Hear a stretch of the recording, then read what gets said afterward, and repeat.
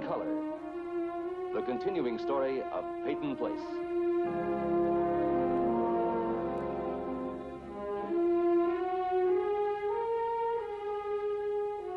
Starring Dorothy Malone as Constance Mackenzie, Ed Nelson as Michael Rossi, Ryan O'Neill as Rodney Harrington, Barbara Parkins as Betty Anderson, Tim O'Connor as Elliot Carson, Christopher Connolly as Norman Harrington, Patricia Morrow as Rita Harrington, James Douglas as Stephen Cord.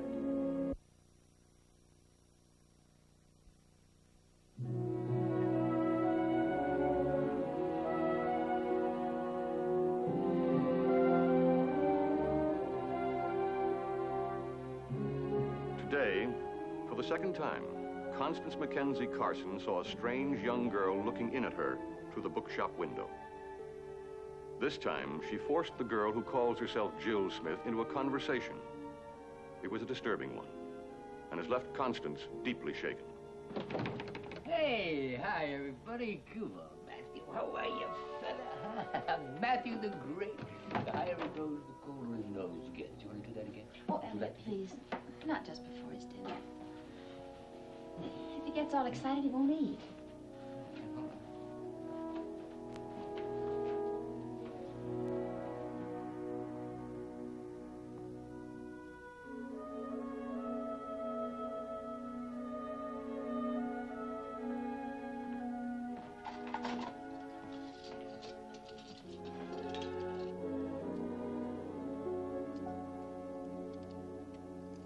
Tired, honey?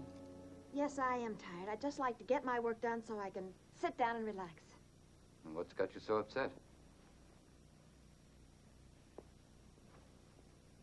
You don't tell me. We can't talk about it, you know. Let's just forget it, please. Forget it. I didn't think we had that kind of a marriage. All right. Since you asked, I saw that girl again. Oh, the one that's been looking through your store window, you mean? Yes, she was staring at me again. Only this time I didn't let her get away with it. I asked her what she wanted. Her excuse was she was looking for a job. Oh, that sounds pretty reasonable to me. Yes, but she already had one. She's working with your father. For Dad? When did this happen? Today, evidently. She had her baby with her. Baby doesn't have a father. She was very open about it. You'd almost have to say defiant. Oh, that's too bad. How old is she, anyway? Allison's age. She told Eli her name was Jill Smith, which it obviously isn't. She ran away from her parents when she found out she was going to have a baby. She hasn't been in touch with them for over a year. She hasn't written or called. It's pretty rough. They don't know if she's dead or alive. And she doesn't care. I asked her how she could torture them like that. Connie, she's a total stranger. You can't interfere like that. What if it were our daughter? If it were Allison? Wouldn't you want somebody to interfere, to say, drop them a postcard, at least to let them know you're alive? Oh, Connie. Well, I'd bless that person the rest of my life. Connie, this girl isn't Allison. You don't know anything at all about her background or about her parents. She must have had reasons. I know what her reasons were. She was afraid they'd make her marry the boy. The way you'd have forced Allison to marry Rodney. Stop it, Connie. Well, you asked. I said stop it. I don't want to hear anymore. Not unless you know something about Allison that I don't. And you don't. You're just grasping at straws. No, Elliot. Allison told me about an involvement with Rodney. She had a lot of misgivings, and You didn't do anything to put an end to it? that was her decision. She wasn't a child. Anyway, a few days later, she told me it was over. Did she ask you to keep this a secret from me? She didn't have to ask. You'd have done just what you wanted me to do. Flown into a rage and forbidden her to see him again. Not with a rage, Connie, but calmly. But you're right. I wouldn't have let him take advantage of my daughter. There was no question of advantage. They both made the choice. A choice? How can you say that? How can you compare an experienced young man who's already been married with a sheltered, romantic, immature girl like Allison?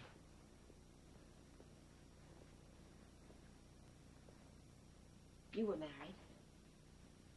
And I was just as romantic as Allison.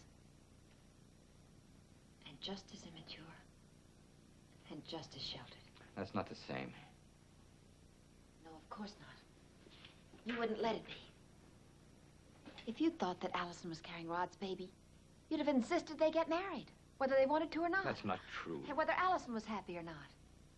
It didn't make any difference to you, just so she didn't repeat our mistake. You'd have made her suffer for our guilt. Is it any wonder she ran away? You sound as if you know Allison was pregnant. We both admitted it was possible. Are you trying to tell me that you know, that you're absolutely sure? How can I know? Any more than Jill Smith's parents can know. Oh, Connie. Will you please stop building these fantasies? You're willing to believe anything on absolutely no evidence whatsoever. Even that Allison had an illegitimate baby, just so you can believe she's alive. You'd rather believe she's dead.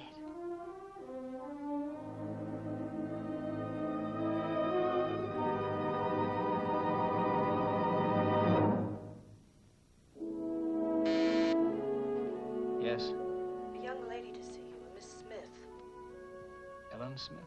No, sir. She says Dr. Rossi sent her. All right, show her in.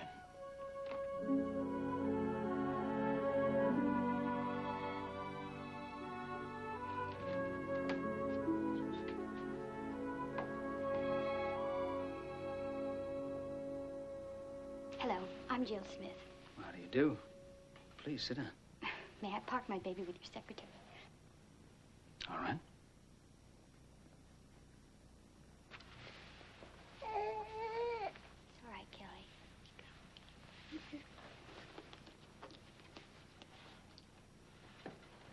Sit down. Thank you. So Dr. Rossi sent you over. You mentioned your name. Now, what can I do for you? I need some information. I'm 18. I'm not married, and I'm not planning on being married. Oh, that was my baby. She's illegitimate. I want to know where I stand. I want to know if they can take her away from me. They? Anybody. Dr. Rossi mentioned the welfare people or my parents. Do you know who the father is? Of course I do. Well, I had to ask. Do you know where he is? What difference does it make? We're not married. Yes, so you said.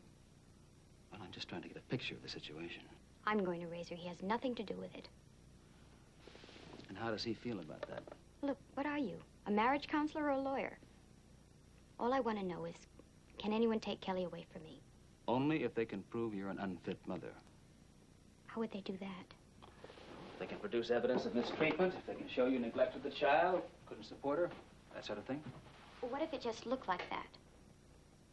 You're losing me. I mean, sometimes a baby gets sick and people make all sorts of charges. I'm not talking about neighborhood gossip, naturally. Evidence, hard evidence, has to be produced. That's it? That's it. Beautiful. Oh, there's one other thing. This is sort of a separate question. But do you have a right to be away from home, legally? I don't see what that has It's to really do. very simple. You're a minor. You're subject to your parents' jurisdiction, so technically the baby is also subject to their jurisdiction. My parents don't want any part of me. Do you have any proof of that? What kind of proof? A certificate that says never darken our doorstep again? Well, as a matter of fact, that would be helpful. I'll never go home. They'll never make me. A child can't be brought up in a vacuum. It needs a lot of attention. Kelly's not an it. She's a she. She. Now, what are you going to do with her while you're working, for instance? I'll find somebody. Somebody you can trust? Somebody who will care for her? You can't just leave her with anybody you know. I don't intend to. Look, what are you so worried about? You don't even know me. I don't have to know you to know that a child needs a home, not a compromise. You sound like you've been there. I have. Well, it's going to be different with this one. Really? When you come in here shouting her illegitimacy, it makes me wonder. Look, Mr. Cord, I already know what society thinks of me and Kelly. I also know that a child is a human being, whether it has one parent, 2, or 6, and whether they're married, single, or incorporated. And she's going to have every chance I can give her. and 10 times more love than most children get in a so-called happy home. And she's not going to grow up being ashamed. Well, I hope you're right. I can't afford to be wrong.